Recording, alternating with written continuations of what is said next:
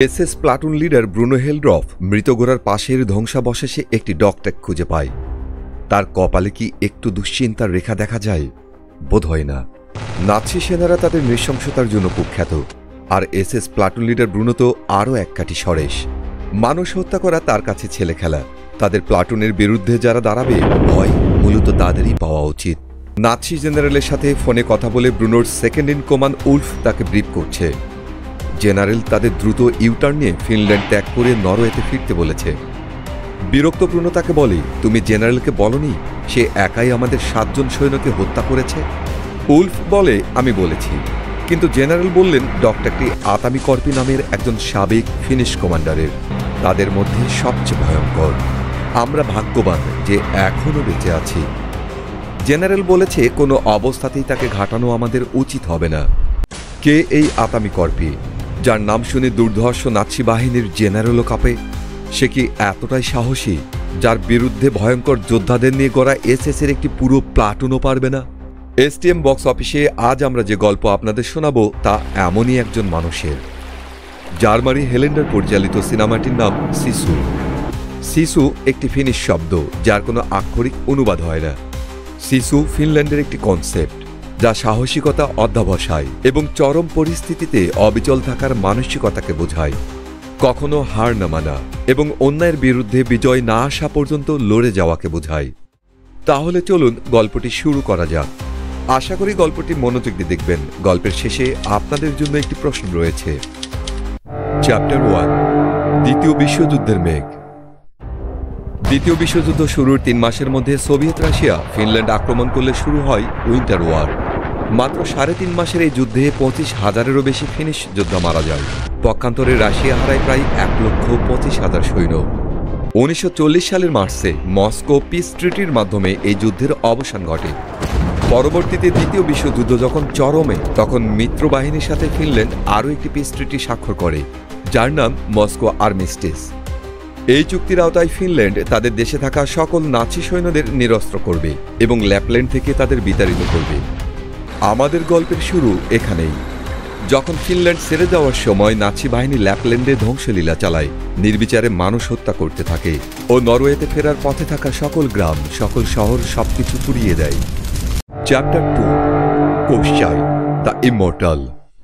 আমাদের গল্পের প্রধান চরিত্র Aatami Korpi Winter War veteran. তিনি ছিলেন একজন ফিনিশ কমান্ডার। তার শরীরের কাটা দাগগুলোই বলে দেয় সে কতটা ভয়ঙ্কর সময় পার করে এসেছে। যুদ্ধে সে তার পরিবার হারিয়ে এখন সে একটি বিশ্বস্ত ঘোড়া ও তার প্রিয় ছোট্ট কুকুর সুলোকে নিয়ে ল্যাপল্যান্ডের প্রেরি অঞ্চলে একা বসবাস করে। তার সম্পর্কে কথিত আছে, সে যখন তার পরিবার হারিয়ে ফেলে তখন সে এতটাই নৃশংস হয়ে যায় যে রাশিয়ার বিরুদ্ধে একা ভয়ঙ্কর সব মিশন পরিচালনা করে রাশিয়ান সৈন্যদের হত্যা করতে থাকে।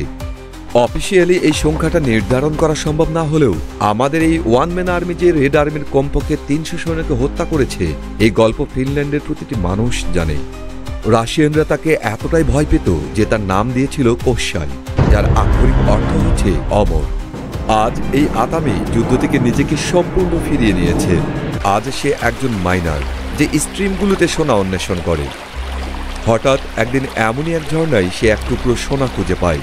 সে বুঝতে পারে যে আশেপাশে নিশ্চয়ই আরও সোনা রয়েছে। সে তার অনুসন্ধান চালিয়ে যায়। অনেক চেষ্টার পর মাটির বেশ গভীরে সে বড় ধরনের একটি সোনার চায়ের দেখা পায়।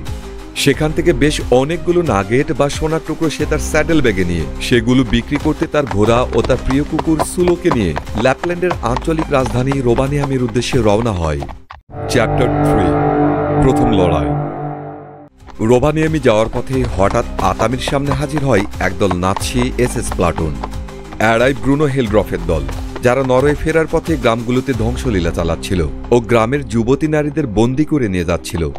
আতামি যখন তাদের পিছনে ফেলে সামনে এগিয়ে যায়, উলফ তখন তার রাইফেল দিয়ে আতামিকে গুলি করতে উদ্যত হয়, কিন্তু ব্রুনো তাকে নিষেধ করে বলে, বাদ দাও, এমনিতেই সে তার মৃত্যুর দিকেই যাচ্ছে।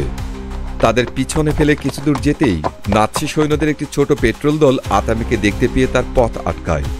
তাদের মুখে অবজ্ঞার হাসি, কারণ তারা ধরে নেয় আতামি একজন নিরীহ বয়স্ক মানুষ। আতামি চুপচাপ দাঁড়িয়ে থাকে, তার মুখে কোনো ভীতি বা বিরক্তির ছাপ নেই। তার চোখ স্থির, যেন সে ইতিমধ্যে সবকিছু বিশ্লেষণ করে ফেলেছে। নাৎসি সৈন্যরা আতামিকে তুচ্ছ ভেবে তার ঘোড়া ও স্যাডেল ব্যাগে তল্লাশি চালাতে শুরু করে। একজন সৈন্য সোনার টুকরোগুলো দেখে লোভাতুর হাসি দেয়। যখন একজন সৈন্য তাকে হত্যা করতে উদ্যত হয়, ঠিক তখনই আতামির চোখে হালকা একটি দ্যুতি খেলে যায়। সৈন্যরা বুঝে ওঠার আগে আতামি বজ্রগতিতে লুকিয়ে রাখা একটি ছুরি বের করে নেয়। প্রথম আঘাতটি এত দ্রুত ঘটে যে নাৎসি সৈন্যটি বুঝতেই পারে না কি ঘটল। ছুরির ক্ষিপ্ত আঘাতে সৈন্যটি মাটিতে লুটিয়ে পড়ে। এই আকস্মিক আক্রমণে বাকি সৈন্যরা কিংকর্তব্য বিমূঢ় হয়ে যায়। আতামি তখন নিজের শরীরের সব শক্তি এবং অভিজ্ঞতা দিয়ে আক্রমণ চালাতে থাকে। এদিকে গোলাগুলির শব্দ ব্রুনো শুনতে পায় এবং এতে তার সন্দেহ হয় নিশ্চয়ই খারাপ কিছু ঘটছে। সে তার প্লাটুনকে থামতে বলে। এদিকে আতামি একে একে সবগুলো নাৎসি সৈন্যকে হত্যা করে। রক্তাক্ত মাটিতে দাঁড়িয়ে সে তার সোনা আবার গুছিয়ে নেয় এবং যাত্রা শুরু করে। অপরদিকে ব্রুনো ফিরে এসে আতামির ধ্বংসলীলা দেখতে পায় এবং একজন সৈন্যর কাছে সে একটি সোনার টুকরোও খুঁজে পায়। Chapter 4 minefield. আতামি যখন আবার রোভানিয়ামের উদ্দেশ্যে যেতে থাকে, তখন ট্যাঙ্ক নিয়ে তার পিছু নেয় ব্রুনো ও তার এসএস প্লাটুন। তারা আতামিকে লক্ষ্য করে ট্যাঙ্ক থেকে গোলা ছুটতে শুরু করে ও ওল্ফ ট্যাঙ্কের উপরে বসানো মেশিন গান চালানো শুরু করে। গোলা ও গুলি এড়িয়ে আতামি দ্রুত গতিতে ঘোড়া ছুটিয়ে যেতে থাকে। একসময় সে একটি মাইনফিল্ডে পৌঁছে যায়। সেখানে তার ঘোড়া মাইন বিস্ফোরণে মৃত্যুবরণ করে ও আতামিও আহত হয়। নাৎসি সৈন্যরা যখন মাইনফিল্ডের কাছাকাছি পৌঁছায়, তখন তারা দেখতে পায় আতামি তার সোনাগুলো কুড়িয়ে স্যাডেল ব্যাগে ভরছে। আতামি শেষ টুকরো কুড়িয়ে নেওয়া পর্যন্ত তারা অপেক্ষা করে। অতঃপর যখন তারা আতামিকে গুলি করতে উদ্যত হয়, ঠিক তখন সে তার হাতে থাকা পাথরের টুকরো দিয়ে একটি মাইন বিস্ফোরণ ঘটায় এবং একে একে অনেকগুলো মাইন ফাটতে থাকলে সম্পূর্ণ এলাকা ধুলোয় ঢাকা পড়ে। নাৎসিরা সেখানে এলোপাথারি গুলি ছুটতে শুরু করে। আতামি একটি শিল্ড দিয়ে আত্মরক্ষার চেষ্টা করে পিছু হটে। পরিস্থিতি কিছুটা শান্ত হলে ব্রুনো সামনে এগিয়ে মাইনফিল্ডের একদম সীমানায় এসে দাঁড়ায়। ব্রুনো তার এক সৈন্যকে সামনে এগিয়ে যেতে বলে। সে পুঁতে রাখা মাইন এড়িয়ে সাবধানে কিছু দূর যেতেই বিপরীত দিক থেকে একটি মাইন উড়ে এসে সৈন্যটির হেলমেটে লাগে এবং বিস্ফোরণে সে মারা যায়। ব্রুনো আরও 2 সৈন্যকে রাস্তার 2 পাশ দিয়ে যেতে বলে। কিছু দূর যেতেই তারাও মাইন বিস্ফোরণে মারা যায়। ব্রুনো সাবধানে সামনে এগিয়ে গেলে ধ্বংসস্তূপের মাঝে আতামির ডগ ট্যাগটি খুঁজে পায়। ব্রুনো এখন নিশ্চিত আতামি সাধারণ কেউ নয়। এখানে আমরা ব্রুনোর আরও একটি নিষ্ঠুরতা দেখতে পাই। তারা যে যুবতী মেয়েদের অপহরণ করেছিল, তাদের মধ্যে 2 জনকে নিয়ে এসে তাদের কোমরে রশি বেঁধে দিয়ে ট্যাঙ্কের সামনে রাস্তা দিয়ে হাঁটতে বলে।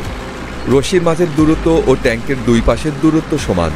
যদি মাইন বিস্ফোরিত হয় তাহলে মেয়ে দুটি মারা যাবে, কিন্তু ট্যাঙ্ক অক্ষত থাকবে। এখানেই মূলত ডগ ট্যাগ এবং আতামি সম্পর্কে তারা বিস্তারিত জানতে পারে। তারা আরও জানতে পারে যে আতামিকে ফিনিশরাও সামলাতে পারেনি। এসএস জেনারেল তাদের আতামির পিছু যেতে নিষেধ করে এবং ইউটার্ন নিয়ে নরওয়েতে ফিরতে আদেশ দেয়। কিন্তু ব্রুনো জানে যে এটা তাদের শেষ সুযোগ।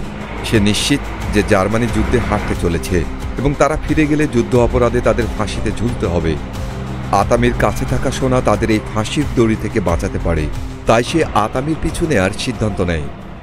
চ্যাপ্টার 5 নাৎসিদের ফাঁকি দেওয়া ও পানির নিচে লড়াই। আহত আতামি পুড়ে যাওয়া একটি ট্রাকের পাশে বিশ্রাম নিচ্ছিল। সে সময় এসএস প্লাটুন তার পাশে পৌঁছে যায়। আতামির ট্রেলের সন্ধানে তারা প্রশিক্ষিত কুকুর নামিয়েছে। আতামি দক্ষতার সহিত নাৎসিদের ট্রাকের নিচে ঝুলে পড়ে ও গ্যাসোলিন ট্যাঙ্ক ফুটো করে দিয়ে জার্মান কুকুরগুলোকে বিভ্রান্ত করে। এই সুযোগে আতামি দৌড়ে পালানোর চেষ্টা করে, কিন্তু ওল্ফ তার পায়ে গুলি করে। তারপর ব্রুনোর নির্দেশে তারা আতামির দিকে কুকুর লেলিয়ে দেয়। আতামি নিজের গায়ে আগুন ধরিয়ে দেয় এবং নাৎসিদের গোলাগুলির মাঝে দৌড়ে গিয়ে লেকে ঝাঁপ দেয়। হাতে থাকা সোনার ব্যাগের সাহায্যে সে পানির নিচে ডুবে থাকে। ব্রুনো ভেবে নেয় আতামি পানিতে ডুবে মারা গেছে। সে 3 জন সৈন্যকে বোটে করে পাঠায় সোনাগুলো উদ্ধারের জন্য। যখন তারা সোনা উদ্ধারে পানিতে নামে, আতামি একে একে 2 জনকে পানির নিচে হত্যা করে। 3য় জন ভয় পেয়ে যায় ও পানিতে নামতে অস্বীকৃতি জানিয়ে পালাতে চেষ্টা করে।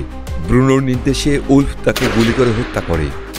এদিকে আতামি সেই সৈন্যর মৃত বডিকে শিল্ড বানিয়ে মেশিন গানের গোলাগুলি এড়িয়ে লেকের অপর পারে হারিয়ে যায়। এই সময় ব্রুনো আতামির কুকুর সুলোকে দেখতে পায়। তার মাথায় চতুর এক পরিকল্পনার জন্ম নেয়। চ্যাপ্টার 6 ফাঁসির দড়িকে ফাঁকি। রোভানিয়ামে পৌঁছে আতামি দেখতে পায় যে নাৎসিরা শহরটি জ্বালিয়ে দিয়েছে। তারপর সে শহরের শেষ প্রান্তে অবস্থিত পুড়ে যাওয়া একটি পেট্রোল স্টেশনে আশ্রয় নেয় ও রাতটা সেখানে কাটানোর সিদ্ধান্ত নেয়। ব্রুনো আতামির কুকুর সুলুর গায়ে জার্মানি স্টিক হ্যান্ড গ্রেনেড বেঁধে আতামির উদ্দেশ্যে পাঠিয়ে দেয়। আতামি সুলুকে দেখতে পায় এবং সাথে সাথে স্টিক হ্যান্ড গ্রেনেডটি ছুড়ে দিয়ে সুলুকে রক্ষা করে, কিন্তু গ্রেনেড বিস্ফোরিত হলে সে নিজেও স্প্রিন্টারের আঘাতে ও শব্দে আহত হয়ে পড়ে থাকে। এই অবস্থায় ব্রুনো, উলফ ও ট্যাঙ্ক ড্রাইভার শুটস আতামিকে ফাঁসি দিয়ে হত্যা করার পরিকল্পনা করে। তারা আতামির গলায় ফাঁসির দড়ি পরিয়ে একটি ধাতব কাঠামোর সঙ্গে বেঁধে ঝুলিয়ে দেয়। আতামি ধীরে ধীরে শ্বাসরুদ্ধ হয়ে মৃত্যুর দিকে এগিয়ে যায়। যখন সে ফাঁসিতে ঝুলছে, শুটস তার মাথার ক্যাপ খুলে আতামিকে শেষ শ্রদ্ধা জানায়। একে একে ব্রুনো এবং উলফও তাকে শ্রদ্ধা জানিয়ে সে মারা গেছে ভেবে সেখান থেকে বিদায় নেয়। ঠিক এই সময়েই আতামির শিশু মানসিকতা বিশেষভাবে ফুটে ওঠে। হার না মানার যে সংকল্প, মৃত্যুর কাছে না হারার যে প্রতিজ্ঞা, সেই মানসিকতায় উদ্বুদ্ধ হয়ে আতামি তার পায়ে যেখানে গুলি লেগেছিল ঠিক সেই স্থান পাশে লাগানো লোহার রডে ঢুকিয়ে দেয় ও কোনো রকমে সে মৃত্যু ঠেকিয়ে রাখে। ভোর হলে দেখা যায় আতামি তখনও দড়িতে ঝুলে আছে। সেই সময় একটি জার্মান প্লেন উড়ে এসে পেট্রোল স্টেশনে নামে এবং প্লেনের জেট ব্লাস্টের ঝাঁকুনিতে আতামি ঝুলতে থাকা কাঠামো মাটিতে পড়ে যায় ও সে মুক্ত হয়। জার্মান ইঞ্জিনিয়ার তার পাইলটের নির্দেশে আতামিকে গুলি করতে উদ্যত হলে আতামি তাকে হত্যা করে এবং এখানেই তার আসল শিশু মানসিকতা আমরা দেখতে পাই। সে হার না মেনে নিজের শরীরে থাকা স্প্রিন্টারগুলো নিজেই বের করে, গ্যাসোলিন দিয়ে ক্ষত পরিষ্কার করে ও পরে পাইলটকে বাধ্য করে তাকে উড়িয়ে নিয়ে গিয়ে ব্রুনোর প্লাটুনের সামনে ল্যান্ড করতে।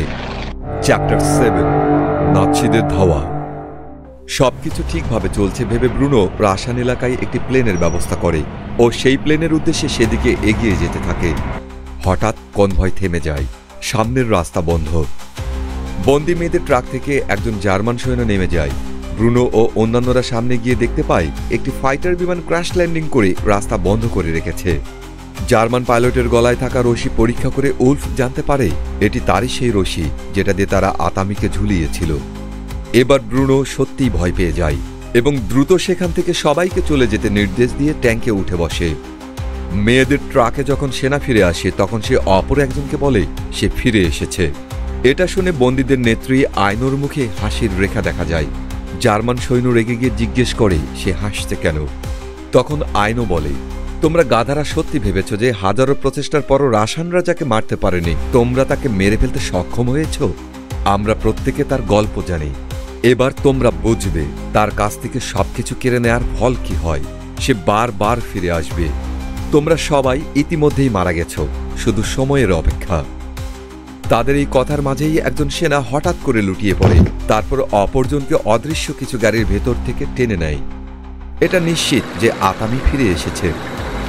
যখন আইনো সামনে এগিয়ে যায় জার্মান সেনার অস্ত্র নেয়ার জন্য, ঠিক তখন ট্রাকে প্রবেশ করে আতামি। তার কাঁধে অনেকগুলো অস্ত্র ঝোলানো। মেয়েদের সেই অস্ত্রগুলো বিতরণ করে। তারা ট্রাকের ড্রাইভারকে হত্যা করে ও আইনো ড্রাইভিং সিটে বসে ট্রাক চালাতে থাকে। তারা সামনের সৈন্য ট্রাকের পাশাপাশি চলে আসে। যখন সেই জার্মান ড্রাইভার দেখতে পায় যে চালকের আসনে আইনো বসে রয়েছে, ঠিক তখনই ত্রিপল উঠিয়ে মেয়েরা গুলি শুরু করে ও অপর ট্রাকে বসে থাকা সবগুলো নাৎসি সেনাকে হত্যা করে। সেই ট্রাকের সহায়তায় আতামি ব্রুনোর ট্যাঙ্কে উঠে পড়ে ও হাতে থাকা পিক্যাক্স দিয়ে ট্যাঙ্কে আঘাত করতে থাকে।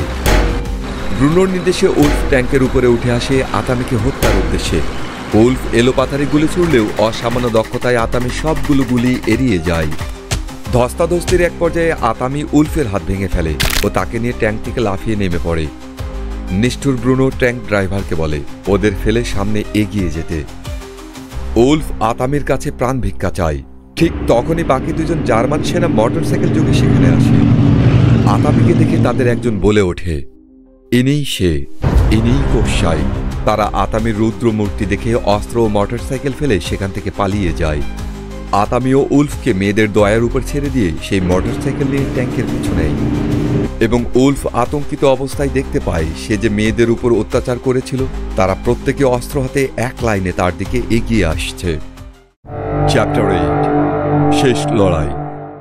ব্রুনো ট্যাঙ্ক নিয়ে পালিয়ে তার রন্দেভু পয়েন্টে আসে, যেখানে একটি রাশান প্লেনের পাশে তার পাইলট অপেক্ষা করছিল। সে ট্যাঙ্ক ড্রাইভার শুটসকে ঠান্ডা মাথায় গুলি করে হত্যা করে প্লেনে উঠে বসে। যখন তারা প্লেন নিয়ে টেক অফ করবে ঠিক তখনই দেখা যায় মোটরসাইকেল নিয়ে ভয়ঙ্কর চেহারায় আতামি আসছে। হাতে থাকা সাব মেশিন গান দিয়ে সে প্লেনের দিকে গুলি ছুটতে থাকে। পাইলট আতামির গুলিতে ভয়ঙ্করভাবে আহত হয়। প্লেন টেক অফ করে ও আতামি তার পিকেক্স নিয়ে প্লেনের উদ্দেশ্যে লাফ দেয়। প্লেনের নিচে পিকেক্স আটকিয়ে সে কোনো রকমে ঝুলিয়ে থাকে। আতামি প্লেনের পিছনের অংশে পিকেক্স দিয়ে গর্ত করে ও প্লেনের ভিতরে উঠে যায়। অস্ত্র হাতে ব্রুনো বেরিয়ে আসে ও শেষ একটি ভয়ঙ্কর লড়াইয়ের আভাস পাওয়া যায়। ব্রুনো তার প্রশিক্ষণ ও শক্তি কাজে লাগিয়ে আতামিকে আঘাত করতে থাকে। আতামি বারবার লুটিয়ে পড়ে, কিন্তু প্রতিবার সে উঠে দাঁড়ায়। ব্রুনো আবার চেষ্টা করে তার শারীরিক শক্তি দিয়ে সে আতামিকে হত্যা করবে, কিন্তু আতামি আবার উঠে দাঁড়ায়। শেষে ব্রুনো হাতে একটি স্ট্যাটিক লাইন বেঁধে নেয়, যার মাথায় স্টিলের হুক বাঁধা। এই হুক দিয়ে আতামির মুখে সে আঘাত করতে থাকে, তবুও আতামি হার মানে না। আতামি দেখতে পায় তার পাশে কাস্তে হাতুড়ি আঁকা একটি সোভিয়েত বোমা বাঁধা। আতামি আবার উঠে বসে, কিন্তু এবার যখন ব্রুনো তাকে আঘাত করতে যায়, আতামি বেল্টের হুক ধরে সেই বোমার সাথে আটকিয়ে দেয় এবং রিলিজ হুক টেনে দেয়। বোমাটি ব্রুনোকে নিয়ে প্লেন থেকে পড়তে থাকে এবং শেষ পর্যন্ত মাটি থেকে বিস্ফোরিত হয়। অপরদিকে গুলিতে আহত পাইলট মারা যায় এবং প্লেন ক্র্যাশ করতে শুরু করে। আতামি এটা বুঝতে পেরে নিজেকে প্লেনের মেঝেতে শক্তভাবে বেঁধে নেয়। প্লেনটি একটি ডোবায় ক্র্যাশ করে। চ্যাপ্টার 9, পরিসমাপ্তি। আয়নো তার মেয়েদের নিয়ে জার্মান ট্যাঙ্কের সামনে উলফকে বেঁধে একটি ফিনিশ কমান্ডান্টের দিকে এগিয়ে আসে। ফিনিশ সেনারা নিজেদের চোখকে বিশ্বাস করতে পারছে না কিভাবে এই মেয়েরা এসএস সেনাদের মেরে তাদের ট্যাঙ্ক দখল করে নিয়েছে। অতঃপর আমরা দেখতে পাই আতামি পিকেক্সের সাহায্যে ডোবা থেকে উঠে আসছে। তার শিশু মানসিকতা প্লেন ক্র্যাশেও তাকে মরতে দেয়নি। শেষ দৃশ্যে দেখা যায় আতামি যুদ্ধবিধ্বস্ত ফিনল্যান্ডের রাজধানী হেলসিঙ্কির একটি ব্যাংকে প্রবেশ করছে। তার হাতে সেই পিকেক্স। ব্যাংকের কাউন্টারের সামনে দাঁড়িয়ে কাঁধ থেকে স্যাটেল ব্যাগ নামিয়ে সোনাগুলো কাউন্টারের উপর সে ঢেলে দেয়। এবং সম্পূর্ণ সিনেমায় শেষ দৃশ্যে এসে প্রথমবারের মতো আমরা আতামিকে কথা বলতে শুনি। সে বলে, সোনাগুলোর পরিবর্তে আমার বড় নোট চাই, যাতে বহন করতে সুবিধা হয়। এই মুভির বিশ্লেষণ থেকে আমরা যে বিষয়টি শিক্ষা নিতে পারি তা হচ্ছে, শক্তি বা সামর্থ্য কোনো বড় বিষয় নয়। সাহসিকতা, দৃঢ় প্রতিজ্ঞা ও অধ্যবসায়ে অবিচল থাকলে নিজের যা কিছু রয়েছে সেটার সঠিক ব্যবহারেই অভীষ্ট লক্ষ্যে পৌঁছানো সম্ভব। আমরা শুরুতে বলেছিলাম আপনাদের জন্য একটি প্রশ্ন থাকবে। প্রশ্নটি হল, আতামির সাথে শুরু থেকে শেষ পর্যন্ত কোন বস্তুটি ছিল? এই ধরনের আরও মুভি এক্সপ্লেনেশন ভিডিও দেখতে লাইক, কমেন্ট, শেয়ার ও চ্যানেলটি সাবস্ক্রাইব করে পাশে থাকবেন। ভিডিওটি দেখার জন্য আপনাদের ধন্যবাদ।